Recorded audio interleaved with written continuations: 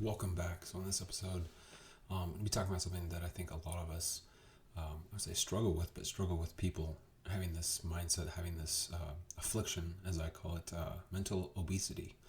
The reason I call it mental obesity is that I feel like the brain is very much like a muscle in that the more you work it out, the more you give it nutrients, the more you feed it in a proper way, the stronger it gets. But at the same hand, I also think that if you feed your mind unhealthily, if you don't work out those muscles in your brain, then it's going to be, honestly, it's going to be mentally obese. It's going to not be functioning properly. It's going to, I say, not be benefiting you.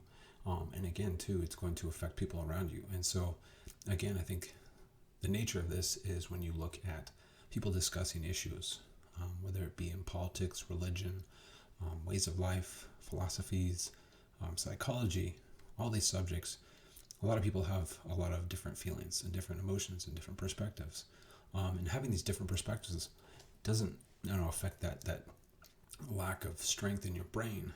But I see so many people talking about subjects, but they make these one-line statements. They repeat things they see on TV or on YouTube or whatever, and they don't really know the meaning behind it. They don't have, also they don't have critical thinking, but they don't work that set out. They don't work out critical thinking, objectiveness, and just trying to find the truth. Rather, they believe what they believe, and then they try to find something to support that. Or sometimes they simply will call names to defer.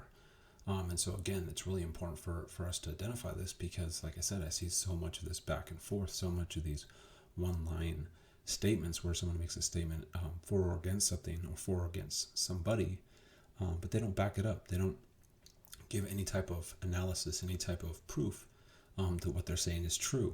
And a lot of times, like I said, they'll lash out and they'll call names. And to me, I think that's just a sign that someone's suffering from mental obesity. And the real difficult thing with mental obesity is that it's something that you can't inherently see. Obviously, with physical obesity, you can see it. You can see it in your weight. You can see it in your diet. It's something that's just kind of looking you in the face if you look in the mirror. Whereas in, not a lack of mental strength, that's not something you can see. It's not something that other people can see. And so a lot of times people are scratching their heads, or they're partaking in this lashing out because they're frustrated, they're discouraged with the dialogue that's happening or the lack thereof. And again, I think it comes back to the fact that we're not self-reflecting on our beliefs. We're forming very strong beliefs, but I don't believe that we're putting a lot of work and a lot of time into figuring out why we believe what we believe and why we're right. I feel like people, again, they get their ideas from other people that sound right, that sound in line with how they look at life, and then they just put them in cement. They just make them so that they're fortified, but they don't really have any real understanding on why they believe that, why it's true. Because again, I feel in many situations, specifically with politics, with religion, and with society, there's multiple ways of being right. It's not that one side is specifically right. It's just the fact that with so many different cultures, with so many different backgrounds and influences, that we're bound to have different truths that apply to different people. So again, I think it's important because, specifically talking about like pain, I think it's really important to mentally build yourself up into being strong. If you feel compelled to share, if you feel compelled to talk on it in a public platform, because again, I don't think somebody has to be specifically strong in a conversation to have an opinion. I think everyone's entitled to having an opinion. But I do see a lot of people going, again, in social aspects, either in person or online specifically, where you see them, again, shouting these beliefs, shouting their position, and then shutting people down, calling them names, calling them stupid, calling them racist, calling them a bigot, rather than simply stating their beliefs, simply reinforcing their beliefs and the logic behind it. And again, I realize that not everyone is extremely articulate. I realize not everyone is called to be excessively analytical and objective, but I do think it's important for people to, and again, too, I think one of the biggest importance of being mentally strong and being objective and critical is for the cause itself. No, I'm not saying this simply um, that you can't show your opinion, but again, I feel like a lot of people are doing their causes, their positions on politics, religion, and so forth, a disservice, because when they say a statement and then they can't back it up, they can't have any logical analysis of experiences of data and so forth. Again, they just make their cause look invalid and not credible, when they could be speaking truth. But again, too, that's why it's so important to work your mind out, to again, cross reference. I like getting information from many different aspects, because I feel like, or in many different sources, because I feel like it gives me a clearer picture of what the truth is. I know what's true to me, but again, it's something I walk forward to. And again, specifically talking about the national anthem and in the protests and kneeling and so forth. It's not something where I just took what my experiences were and judged the actions of the players and the people that supported them based on my experience in the military, as far as my twin brother serving in the Marine Corps and being killed in action. I didn't just go forward and form my feelings on that, because if I did, I can tell you honestly, if I just let my perspective and my pain drive my communication and my resolve, I would not be very kind to people that knelt. I wouldn't be very kind to people who supported that, because I have very personal, deep experience, and that it's something that doesn't go away. Just because the war's over, and again, actually, this coming Monday will be the 15th anniversary of my twin brother's death, and so over the years, because again, if this national anthem, kneeling during the national anthem was going on, probably the first 5+ years of my brother being killed, I would not be reacting the way I am today. I would not be cordial. I would be name calling. I would be flinging mud. I'd be flinging verbal stones at people, because that's something that's very personal to me, and it's not a pain that I feel should be diminished or overlooked.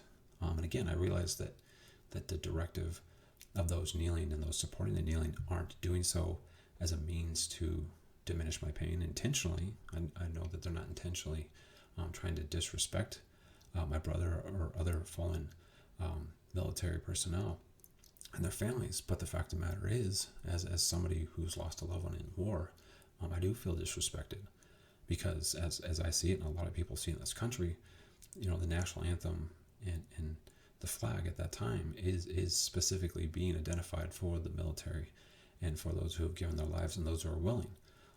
I believe, and I'm not sure in every sport, but I know in the NFL, they specifically say, please stand and rise for the national anthem in honor of our military.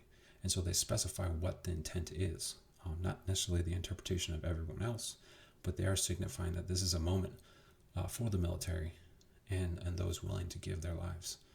And so, again, too, that was one of the things that again, I don't feel is proper to tell me how to feel about this. It's proper to me and other Gold Star family members to tell us whether or not we should feel respect. Again, you can say what your intent is, but I'm certainly entitled to my feelings.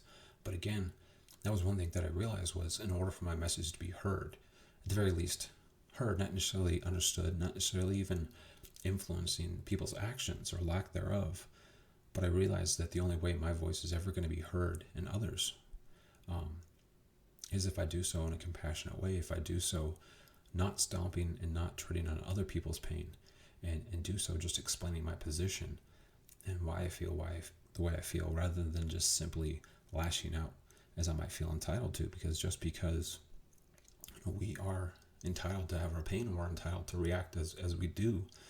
Again, it's the objective thinking and critical thinking that made me realize that the best way I can represent my pain and the pain of others is by doing so, again, in just an objective way, realizing that the intent of these players and the people supporting them is to bring positive attention and to bring support to people who are in pain.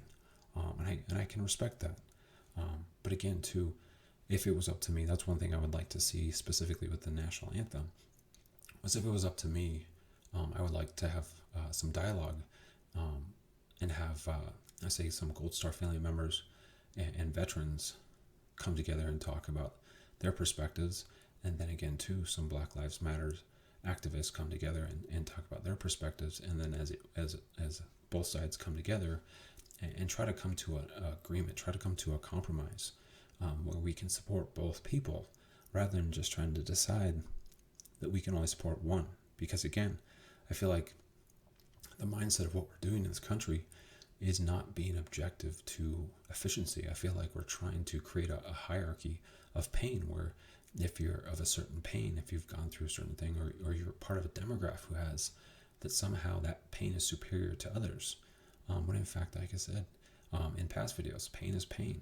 And again, no one can tell each other what their pain feels like in the significance. And again, I feel like, that's something where I could get on board and again, support efforts. Again, I think that a good compromise for kneeling in the national anthem would be to kneel once the national anthem is finished. The cameras are out there, the players are out there, the fans are watching. And again, it could be a moment of solace where we can identify the military and their loved ones and give respect to them. And then after that, bring attention to injustices and so forth. And again, too, I feel like if we're being mindful, and again, if we're walking forward, but we're walking forward diligently, that we're going to be far more effective rather than trying to race to the fire to put it out, trying to not look at the people we might be unintentionally knocking down as we seek to push forward.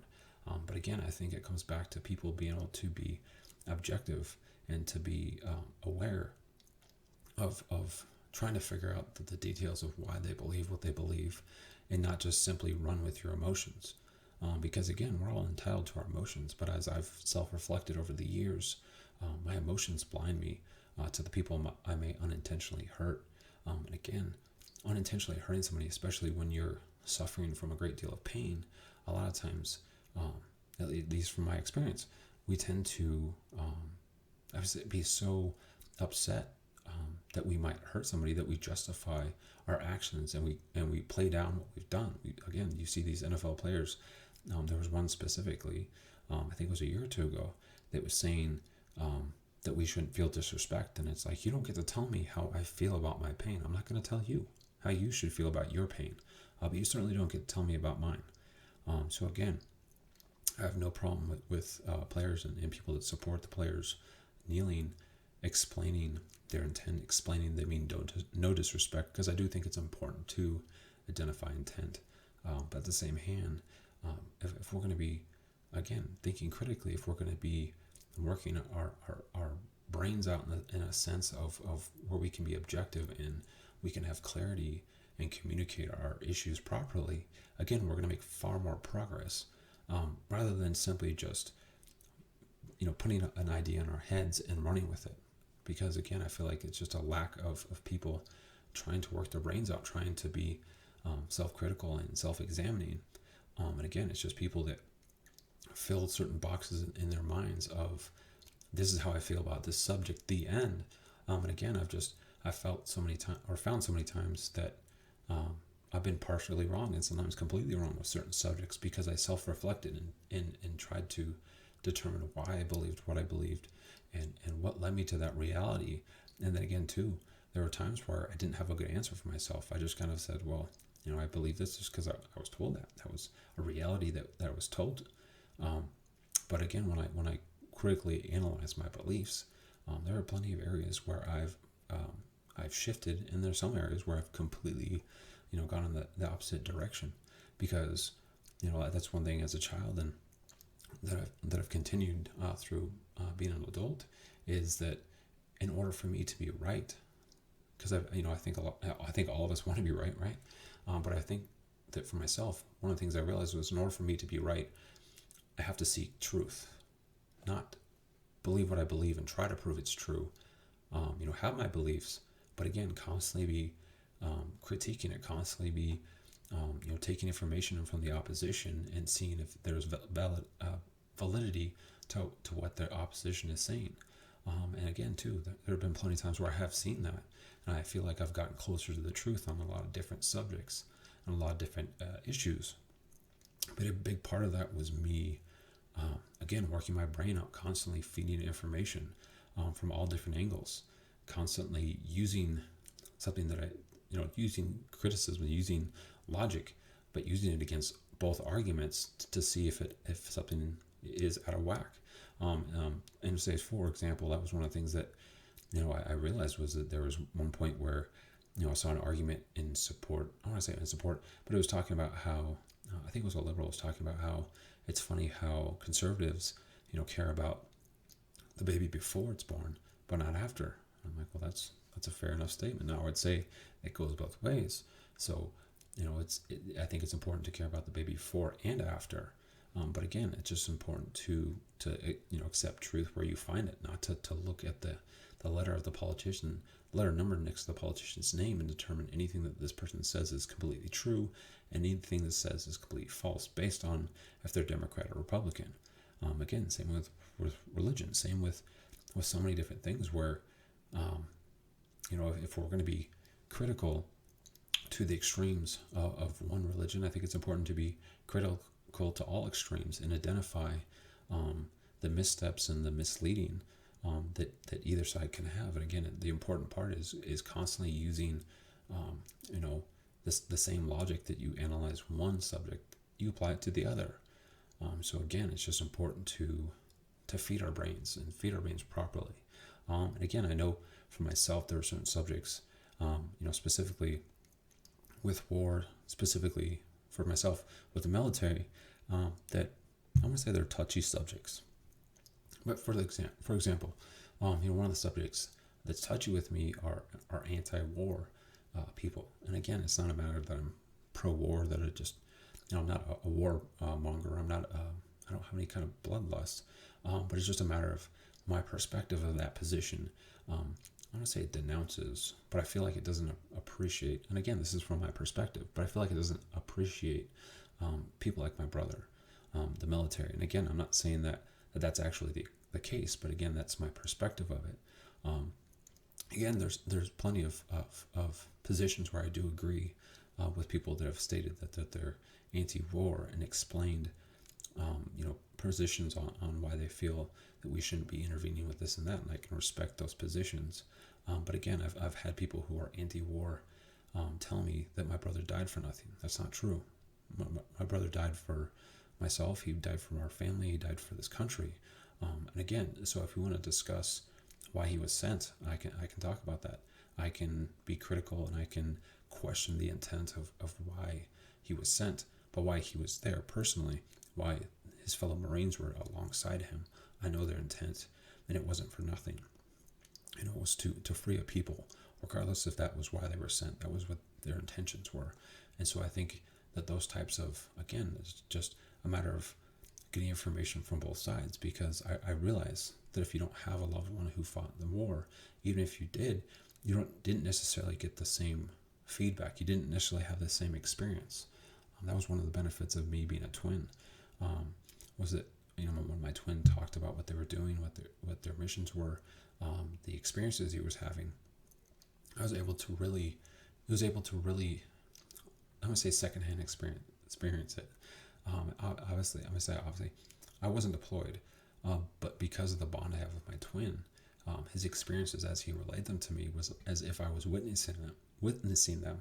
And so again, I have a much stronger insight into that. And again, so I don't expect everyone to have these same insights. And so again, if I want my message to be heard and if other people want their message to be heard, I think it's really important to explain critically, explain objectively why you believe what you believe, why your truth is true.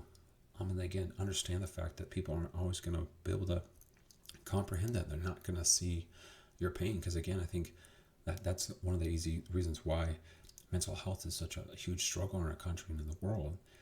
Like I said, is that it's something you can't see. It's like that mental obesity. You can't see the real raw pain that trauma has, but it's there. And so again, if you can't see a pain, it's just very difficult to empathize with it, because again, if somebody were to look at me and I was to explain my pain and explain how it's affected me and such, it's not that I would agree with them, but I wouldn't be shocked if they shrugged it off and thought I was making a big deal about nothing. Because again, unless you've gone through it before, before my twin brother was deployed, I didn't understand the pain that I'm going through. I didn't comprehend it. I didn't realize how impactful his death and what he went through leading up to his death would impact how I viewed life, how I experienced it. And again, I think it's important for us to understand that unless somebody has experienced what we've experienced, it's understandable for them to not empathize. It's understandable for them to not see the reality of our pain. Again, because we're not actively. I mean, I do realize that we have troops in Iraq and Afghanistan, but I think to the common person, the war has been over for a long time, and the reality is that it's not over for anyone who fought in the war and anyone who lost a loved one in the war. And again, it's just so important to communicate these things, and again, self-reflect on why it hurts us, and let people know about our pain, because until we let them know it exists, they can't help us. And again, I would really like to see so many really true valid causes continue to move forward, rather than having these roadblocks and these speed bumps that slow down the progression and the moving forward, where we can find resolution for everyone's pain and not do this. We have to have one pain that supersedes all pain, or that again, that this pain isn't true, and so forth. And again, just clear the air, where again, I understand the emotion behind so much pain, but I see a lot of attacking, a lot of stone throwing, so to speak, where people who don't necessarily see each other's pain are being bombarded with attacks, rather than simply being gently educated. Because I've found with myself, as I've been gently educated, or even educated myself, that it was really eye-opening.